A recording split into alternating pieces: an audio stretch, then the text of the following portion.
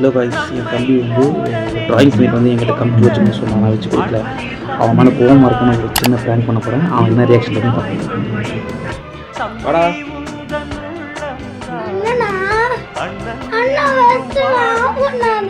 அண்ணா, அவன் மேலே பயங்கர கோவத்தில் இருக்கா.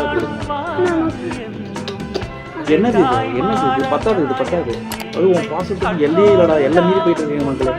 வச்சு கொடுக்க முடியாதா, வச்சு கொடுக்க முடியாதா? எதுவும் வச்சு கொடுக்கணும் சீரியஸ்லிடா.